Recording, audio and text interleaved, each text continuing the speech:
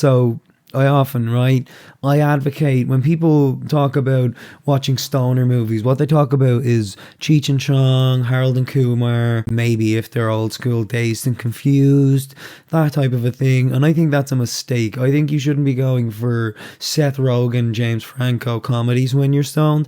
I think you should be going for really weird, out there stuff that's going to make you feel confused, right? I think that's the best type of movie to watch stoned when you're susceptible to it. So the one that I've been pushing on people has been 2001: A Space Odyssey. If you're not familiar with how that plays out, if you're high as fuck upon your first viewing, that is an experience. I was both drunk and high when I watched that the first time, and that's like one of my most treasured memories. The new version of this that I'm pushing on people is Eraserhead, right? So if this, don't pause the video now, don't watch the rest of it, and go smoke a joint and watch Eraserhead. I'm not giving you any context. I've never watched anything David Lynch. All I know of David Lynch is lots of funny clips of him in interviews. Eraserhead is my most spiritual film. Why elaborate on that? No, I won't. Such a sadness that you think you've seen a film on your fucking telephone. Get real. He took me upstairs and he showed me these things called Wookiees.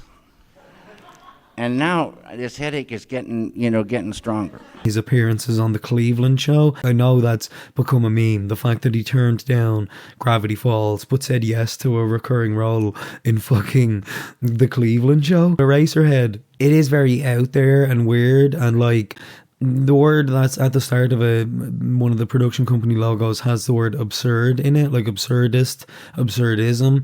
But I don't know, I would probably say more surreal. Eraserhead scene, whereas a part of a skull gets made into a pencil, I don't think that entirely ties in. I guess it's him having a daydream. That's the only part of it that feels fully absurd. The rest of it feels like a straightforward story told with very surreal images. David Lynch himself has referred to Eraserhead as his most spiritual film. I feel like the issue with analysing something that doesn't have definitive explanations that are out there, I think you risk showing your ass. Even himself, Henry, he's very easy to project yourself onto and to feel like him in his performance.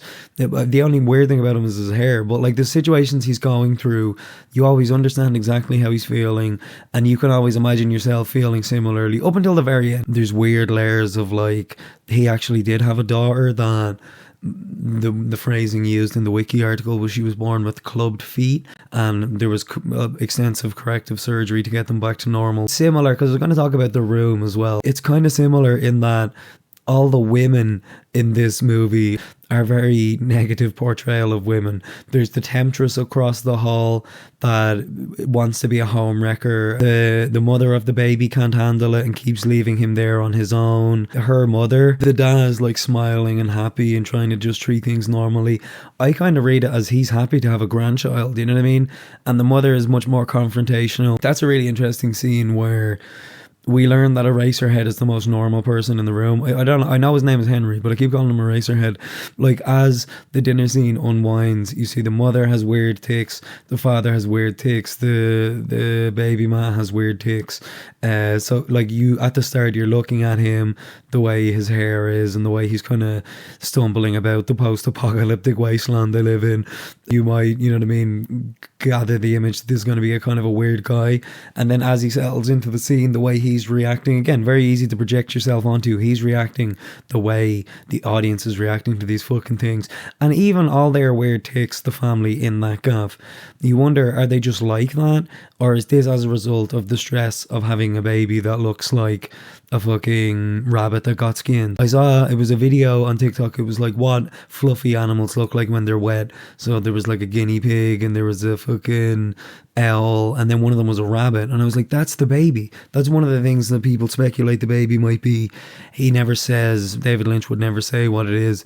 I think it is reported as being a puppet, like they operated the neck, the eyes, and the head all separately. If you didn't know that, you probably would think that, like, did they skin an animal alive and have it sitting there dying? You know what I mean? Because apparently David Lynch was like fucking blindfolding the editor when he was bringing in that footage of the baby. It could just be part of the mystique. He wanted to build this mythology. He wanted to build this like meta narrative. I don't know if that's just a filmmaker sap thing, where you're interested in the production of the movie as much as you are the movie itself. Took him 5 years to make. Kept running out of money, getting money again. Apparently it was like a part collaboration with his film school, as they'd call it in America, his college that he was studying film production. It was like partially produced by that, which is crazy to me, the thought of that. The idea of David Lynch being able to go into a pitch meeting and pitch an idea and gain investors is just, you know what I mean? In David Lynch's term of saying that it was spiritual, I think the man on the planet is supposed to be reflective of God. That is God. It's a guy up in the sky pulling the levers, and then all the shit happens after he pulls the levers. And towards the end of it, he's like, it's either asleep at his post or dying. I would say that the woman in the rad is the devil, I guess. That's why she's stomping on the babies.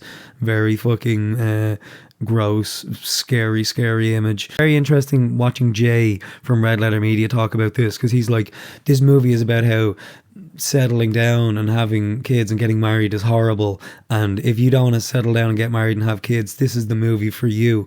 But it's like, as I said, this is such a vague movie, you can project yourself onto Eraserhead. But he's happy. He shows up to the girl's house and he's like, I'm sad that you never come around anymore.